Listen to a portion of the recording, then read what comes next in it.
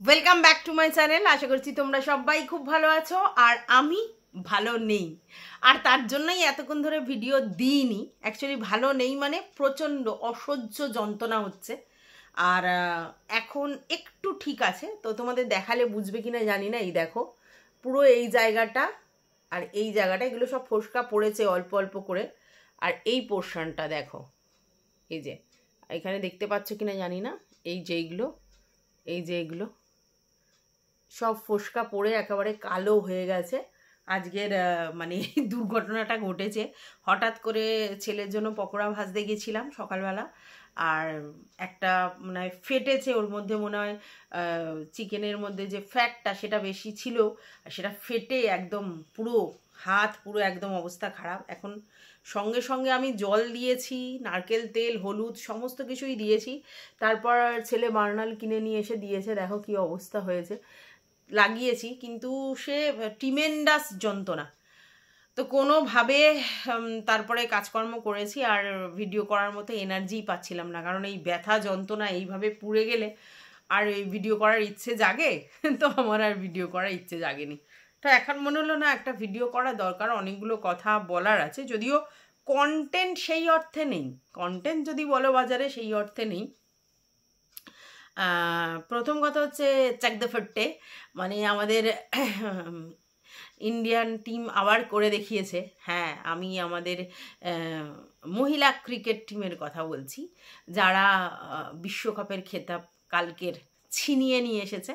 হ্যাঁ, তো এই জয়টা সত্যিই খুব কঠিন ছিল। হ্যাঁ, আমরা হয়তো ভাবছি যে অস্ট্রেলিয়াকে সেমিফাইনালে হারিয়েছে বা ফাইনালে সাউথ আফ্রিকাকে হারিয়ে জয়টা হয়েছে, না, জয়টা অ্যাকচুয়ালি অনেক কিছুর বিরুদ্ধে।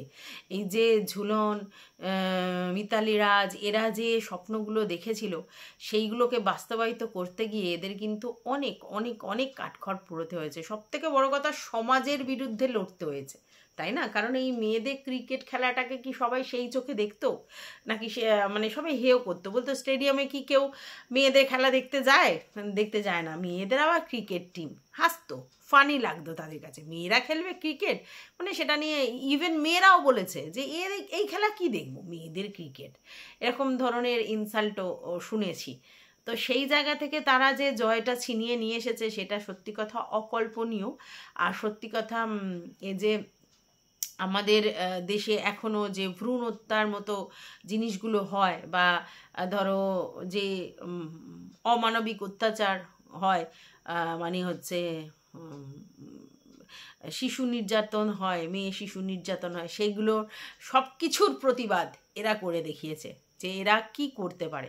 সত্যি কথা, অনেকবারই সেমিফাইনালে ওঠার পরেও আজকের ডেটে তারা সাকসেস, এবং সত্যিই সেটা ভীষণই মানে গর্বিত আমরা একজন ইন্ডিয়ান হিসেবে, একজন মেয়ে হিসেবে।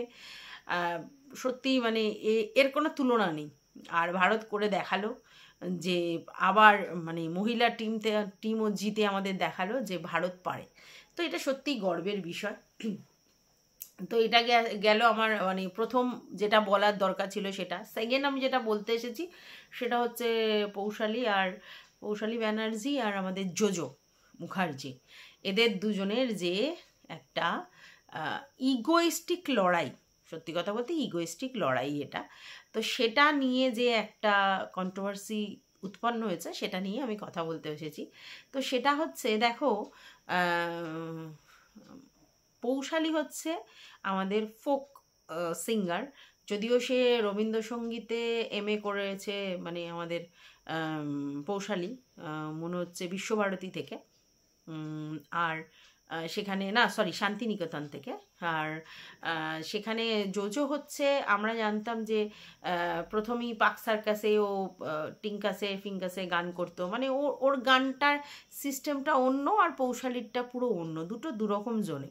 এবার কথাটা হচ্ছে জোজো কিন্তু প্রচুর সিনিয়র একজন আর্টিস্ট, এবং সত্যি খুব সুন্দর গান গায়, এবং সত্যি কথা ফাংশন মাতোয়ারা করে রাখে। কিন্তু এখন এই ইমন, এই পৌশালী, এদের গান কিন্তু ভীষণ লোক পছন্দ করছে, এই ফোক সং। এবং কখনো কেউ ভাবতে পারেনি যে এই পৌশালীর মতো একজন সিঙ্গার, মানে যিনি ফোক নিয়ে এত দূর যেতে পারে। আর পৌশালীকে সবাই খুব পছন্দ করে, প্রচণ্ড মাতোয়ারা। তো এবার এদের ঝামেলাটার কারণটা কি? ঝামেলাটার কারণটা কিন্তু ইগো। একটা মঞ্চে এদের দুজনের গান ছিল। এখন যেহেতু সময় বেঁধে দিয়েছে, সেটা শুনলাম জোজোর কাছ থেকেই, যে সেহেতু প্রচুর আর্টিস্ট নিয়ে এখন আর সেরকম একটা ফাংশন হয় না, একটা আর্টিস্ট নিয়েই ফাংশন হয়। এবার যাদের বড় স্টেজ এবং একটু সময়টা বেশি পায়, তো তারা সেক্ষেত্রে দুটো আর্টিস্ট রাখে। সেক্ষেত্রে জোজো আর পৌশালীকে রাখা হয়েছিল। জোজোর গানটা পরে ছিল, পৌশালী গানটা আগে ছিল। এবং এখন নাকি সিস্টেম এরকম যে যাদের মিউজিশিয়ানরা, মানে যাদের গান পড়ে তাদের মিউজিশিয়ানরা আগে তাদের মিউজিশিয়ানদের সব জায়গা ঠিক করে, মানে তারা সময় পায়। আর যাদের গানটা আগে তাদেরটা পরে পায়, মানে তাদের মিউজিশিয়ানরা তাদের মিউজিক মানে সব কিছু ঠিক করতে সময়টা পরে পায়। তো সেরকমই হয়েছিল। 3:30 থেকে সময় দেওয়া হয়েছিল জোজোকে, আর সেখানে তাদের মিউজিশিয়ানরা এসছে 4:30, শুনলাম পৌশালীর কথায়। আর পৌশালীরা কিন্তু অন টাইমে পৌঁছায়। এবার যেখানে সমস্যাটা কি হয়, সমস্যাটা হয় যে পৌশালীর যারা টিমের লোক তারা যখন কাজ করতে যায় তখন এরা অলরেডি দেরি করে ফেলেছে, জোজোর টিমের লোকেরা। এবং তারা কি হয়েছে, কোনো একটা জায়গায় তাদের একটা কোনো বাদ্যযন্ত্র যেটা একটু সরাতে হবে, সেইটা তারা সরাতে রাজি হয় না। এরা বলার পরেও তারা সরাতে রাজি হয় না। শুধুমাত্র 2 ফুটের সরানোর ব্যাপার ছিল, সেটাও সরাতে রাজি হয় না। এবং যেটা পৌশালীর বক্তব্য অনুযায়ী যে সেটা দৈর্ঘ্যপ্রস্থ ব্যাপার আছে তো স্টেজের, আর যেইখানে এই ড্রাম ফার্মগুলো রাখে সেগুলো একটু উঁচু জায়গা, তো সেই স্টেজটা হচ্ছে দৈর্ঘ্যে বড় হলেও প্রস্থে ছোট ছিল, যার জন্য ওইগুলো রাখা একটু অসুবিধা হয়েছিল। এবার সেইখানে 2 ফুট সরিয়ে দিয়েছে তাদের বাদ্যযন্ত্রটা। এবার সেখানে জোজোর বক্তব্য যে তার কনসার্ন ছাড়া, তার মিউজিশিয়ানদের কনসার্ন ছাড়াই পৌশালীর যারা মিউজিশিয়ান তারা ঔদ্ধত্যপূর্ণ আচরণ করে সেটা সরিয়ে দিয়েছে। ঠিক আছে, এইখানেই অবস্থা। এবং তার বক্তব্য তার কনসার্ন ছাড়াই কাজটা হয়েছে, যেটা ভীষণই অন্যায়। হ্যাঁ, আপাত দৃষ্টিতে সেটাই তো আমরা ভাববো স্বাভাবিক। যখন প্রথম জোজোর লাইভটা আসে তখন আমরা এটাই ভেবেছিলাম যে সত্যি তো, যে আমি একজন মিউজিশিয়ান আর ও একজন মিউজিশিয়ান, এবং দুজনের প্রতি রেসপেক্ট থাকাটাই স্বাভাবিক। এবং সেখানে একজন গায়িকার পারমিশন ছাড়া তার কোনো বাদ্যযন্ত্র যদি অন্য কোনো গায়িকার মিউজিশিয়ানরা সরিয়ে দেয় কনসার্ন ছাড়া, তাহলে সেটা ঔদ্ধত্যপূর্ণ আচরণ।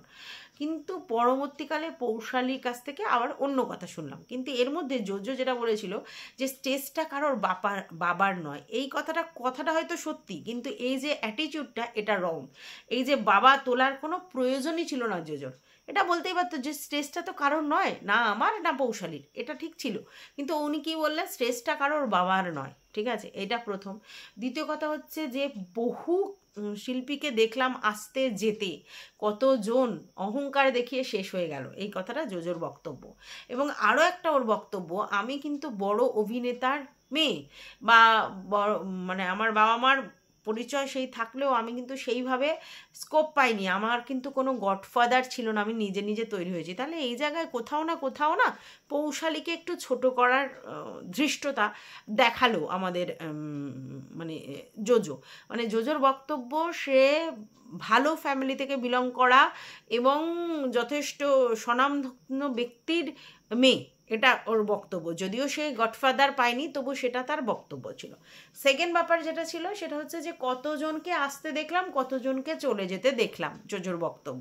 এবার পৌশালী কিন্তু সত্যি এখন সবার কাছে খুব ফেমাস। জোজো কিন্তু বহুদিন ধরে এই ইন্ডাস্ট্রিতে আছে, কিন্তু তা হলেও একটা জুনিয়র আর্টিস্টকে এইভাবে অপমান করতে কিন্তু তিনি পারেন না। না তার বলতে পারে যে এইটা স্টেজটা কারোর বাবার নয়, না তো বলতে পারে এইভাবে ইনসাল্ট করার মুড দেখিয়ে যে আমার কোনো গডফাদার নেই।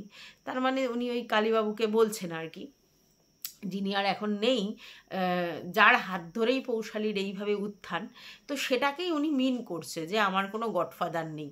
এবং আরও একটা মিন করছে যে কতজনকে আসতে দেখলাম আর কতজনকে চলে যেতে দেখলাম, এটাই বোঝাতে চাইছে যে পৌশালীর মতো কত এলিথেলি গঙ্গতেলি উঠলো, গান করলো, বিশাল নাম কামালো, তারপরে তাদের আর কেউ চেনে না, এটা বলতে চাইছে।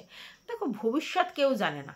হ্যাঁ, শিল্পী তার শিল্পী সত্তার জন্য পরিচিতি লাভ করে, যতদিন তার শৈল্পিক সত্তাটাকে সে সেইভাবে নিয়ে যেতে পারে ততদিন তাকে মানুষ মনে রাখে। তো এটা ফ্যাক্ট যে জোজোকে অ্যাজ অন ডেট মানুষ পছন্দ করে এবং প্রচুর জুনিয়র লোকও জোজোকে পছন্দ করে, প্রচুর সিনিয়র লোকও জোজোকে পছন্দ করে। আর সত্যি কথা, জোজো যখন শুরু করেছে তখন অনেকের হয়তো জন্ম হয়নি, তারাও জোজোকে এখন পছন্দ করে, এটা সত্যি। এবং জোজো সত্যি খুব প্রাণবন্ত গান করে, প্রচণ্ড বেশ এক্সাইটমেন্ট থাকে ওর গানে, নাচ থাকে ওর গানে, মানে আসর মাতিয়ে রাখার মতো কাজ জোজো করে তার গানের মাধ্যমে, এটা বাস্তব। এবং জোজো সত্যি কথা বলতে ভালো গায়িকা, আমার তো প্রচণ্ড ভালো লাগে, ভালো গায়িকা, এবং প্রচুর সিনেমা প্রচুরতে গান গেয়েছে, মানে নলেজ অনেক রয়েছে এবং অনেক দেখেছে বাস্তবটা, এটা সত্যি।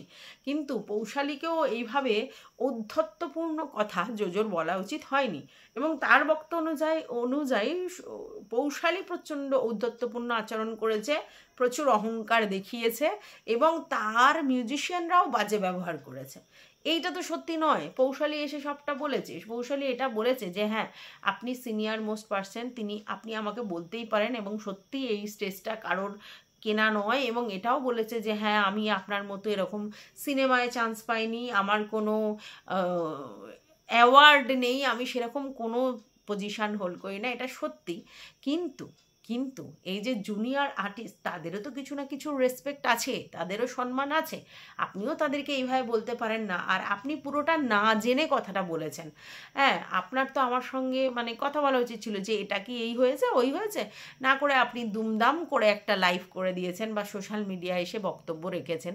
তো সেখানে আমারও তো কিছু বক্তব্য থাকে। প্রথম কথা হচ্ছে, আপনি অন টাইমে আসেননি, আপনার মিউজিশিয়ানরা, যেখানে আপনার 3:30 টাইম ছিল সেখানে আপনি 4:30 এসেছেন, 1 ঘন্টা সেখানে লেট। এবার আমরাও তারপরে আমাদেরও অটোমেটিক্যালি লেট হয়ে যাবে। এবার আমাদের অন্যরা কেউ তাড়াহুড়ো করছিল না, কিন্তু বাইরে যতটা জনস্রোত ছিল তাতে কি হয়েছে, ওখানকার মেম্বাররা তাড়াতাড়ি করো বলছিল। এইবার দেখো, যেহেতু তোমার মিউজিশিয়ানরা 1 ঘন্টা লেট করেছে, এবার সেটা তো একটা ঘাটতি হয়ে গেছে, তো আমাদের আর কত তাড়াতাড়ি করব। এবার সেই জন্য আমাদের যেটা প্রবলেম হয়েছে যে আমার যে বাদ্যযন্ত্রটা সেটা রাখার জায়গার কথা বলা হয়েছে, তো সেটাই তখন তারা তোমার লোকেরা বলেছে না, এটা সরাবো না, প্রথম। দ্বিতীয় কথা, তারপরে যখন আবার আমি বলেছি তখন তোমাদের কেউ ছিল না, ইভেন তুমিও ছিলে না। তার জন্য ক্লাব কর্তৃপক্ষর কাছে আমরা পারমিশন নিয়ে সেটা 2 ফুট সরিয়েছি। সেটা ঔদ্ধত্যপূর্ণ আচরণ কি করে হলো? একটা জায়গায় দুজনে কাজ করছি, সেখানে নিজেদের মধ্যে কোঅপারেশন থাকতে হবে। নিজেদের মধ্যে যদি আমরা নিজেরাই কেওয়াস তৈরি করি, তাহলে আমরা সুন্দরভাবে প্রেজেন্টেশন কি করে করব, আর সুন্দর করে গান কিভাবে দেব? এটা সত্যি যে তুমি একটা সিনিয়র মোস্ট পার্সন, তোমার অনেক নাম যশ প্রতিপত্তি খ্যাতি, এটা সত্যি। কিন্তু এটাও তো সত্যি যে আমরা জুনিয়র আর্টিস্ট বলে আমাদের যে সেলফ রেসপেক্ট থাকবে না বা আমাদেরকেও অসম্মান করা যায়, এটাও তো সত্যি নয়। ঠিক আছে, তাই তুমি যে জিনিসটা ভদ্রভাবে বলা যেত সেটা তুমি উগ্র অ্যাটিচিউড নিয়ে বলেছো। এটা ঠিক যে পৌশালী যেভাবে উত্তর দিয়েছে প্রচণ্ড রেসপেক্টফুল ভাবে এবং জোজোকে যথেষ্ট সম্মান দেখিয়েই সে উত্তর দিয়েছে, এবং জোজোকে একজন সিনিয়র পার্সন হিসেবেই সে দেখেই কথাগুলো বলেছে। কিন্তু নিজের আত্মসম্মানটাও তো তাকে রক্ষা করতে হবে, নিজের ব্যক্তিত্বটাকেও তো তাকে নিয়ে যেতে হবে। তো সেই জায়গায় সে অবশ্যই সম্মানের সঙ্গে উত্তরটা দিয়েছে, আর এরকমই হওয়া উচিত। সব সময় কিন্তু কেউ একজন বলে যাবে আর আমরা মাথা নিচু করে শুধু শুনে যাব, সেটা তো হতে পারে না। আমরা জুনিয়র আর্টিস্ট, ঠিক আছে, কিন্তু আমাদেরও তো সেলফ রেসপেক্ট আছে, আমাদেরও তো একটা জায়গা আছে, এটাই বোঝানোর চেষ্টা করেছে পৌশালী, এবং খুব সুন্দরভাবে উত্তরটা দিয়েছে। তাই যতক্ষণ জোজোর লাইভটা হচ্ছিল, যখন পৌশালীর ব্যাপারগুলো আমরা জানছিলাম না, তখন স্বাভাবিকভাবে আমাদের পৌশালীর উপরে রাগ হচ্ছিল। অনেকে এটাও বলছিল যে পৌশালী ভীষণ উদ্ধত্ত, সবার সঙ্গে মিসবিহেভ করে, অনেক ধরনের কথা সোশ্যাল মিডিয়ায় ঘোরাফেরা করছিল। তারপরে যখন পৌশালীর রেসপন্সটা এলো, তখন কিন্তু সমস্ত কিছু আবার দুধ কা দুধ পানি কা পানি হয়ে গেল। দেখো, এখানে পৌশালী বা জোজোর মধ্যে একটা মিসআন্ডারস্ট্যান্ডিং ক্রিয়েট হয়েছে, এবং অবশ্যই তাদের নিজেদের মিউজিশিয়ানদের দ্বারা, ঠিক আছে, একটা ভুল বোঝাবুঝি হয়ে গেছে। সেই ভুল বোঝাবুঝিটা তারা নিজেরা নিজেদের মধ্যে শর্ট আউট করে নিতে পারতো, এবং যেহেতু জোজো বড়, তো সে সিনিয়র মোস্ট পার্সন হয়ে ব্যাপারটাকে ডাইলিউট করে ফেলতে পারতো। বাট জোজো যে কোনো কারণেই হোক ইগো হার্ট হয়েছে, এবং ওর বক্তব্য যে পৌশালীর এখন যেহেতু অনেক নাম ফেম যশ প্রতিপত্তি হয়েছে, তাই ওর ঔদ্ধত্যপূর্ণ আচরণ হয়েছে, ও নিজেকে কেউ কেটা মনে করেছে, আত্ম অহংকার হয়ে গেছে, এবং সেই জন্য ও এরকম অ্যাটিটিউড করেছে। কিন্তু প্রকৃত সত্য তো তা নয়। তাহলে দুজনরা যদি নিজেদের ইগোটাকে সরিয়ে রেখে নিজেদের মধ্যে একটা আন্ডারস্ট্যান্ডিং লেভেল বাড়িয়ে কোথায় কি হয়েছে রিয়েল জিনিসটা বোঝবার চেষ্টা করতো, তাহলে সোশ্যাল মিডিয়ায় এত তোলপাড় হতো না, বা এইভাবে কন্ট্রোভার্সিটা দাউ দাউ করে উঠতো না। এটা তো সত্যি। দেখো, একটা প্রোগ্রাম করতে গেলে নিজেদের মধ্যে অনেক আন্ডারস্ট্যান্ডিং করতে হয় শিল্পীদের। এটাই তো শিল্পীদের একজন আর একজনের উপরে রেসপেক্ট দেখানোর জায়গা, তাই না? যে এই কোঅপারেশন, এই আন্ডারস্ট্যান্ডিং, তো সেটা যদি না থাকে তাহলে কিসের শৈল্পিক সত্তা? তো যাই হোক, পৌশালীর উত্তর আমার খুব ভালো লেগেছে। আর জোজোকে আমি পার্সোনালি খুব পছন্দ করি, আমার প্রেফার আমি করি, কারণ ওর অনেক নেচার আমার খুব ভালো লাগে। ইভেন ওর যে ছেলেরটাকে নেওয়া, সেটাও আমার খুব ভালো লেগেছে। খুব ওকে সময় দেওয়া, ওকে টেক কেয়ার করা, সমস্ত ব্যাপারটা আমার জোজোর খুব ভালো লেগেছে। এবং সত্যিই জোজো কোনো গডফাদারের সাহায্যে এখানে আসেনি, যদিও অনেক বড় অভিনেতা মৃণাল মুখার্জির আর কি ও মেয়ে, যেটা আমি অনেক পরে জেনেছিলাম। কিন্তু তারপরেও ও কিন্তু কোনো ফেসিলিটিস নেয়নি, নিজেই কিন্তু নিজের কেরিয়ারের জন্য স্ট্রাগল করেছে, এবং খুব ছোট্টবেলা থেকে স্ট্রাগল করে সারভাইভও করেছে। প্রচুর গানও করেছে, প্রচুর অ্যাওয়ার্ডস ওর আছে, প্রচুর সিনেমায় ও গান করেছে। ও সত্যিই ট্যালেন্টেড, এটা সত্যি। কিন্তু আবার পৌশালীর দিক দিয়ে পৌশালীও ফোক গানকে কোন লেভেলে পৌঁছানো যায় সেটা কিন্তু পৌশালী করে দেখিয়েছে, এবং আপামোর মানে ফোক সিঙ্গারদের একটা অন্য উচ্চ আসনে বসিয়েছে।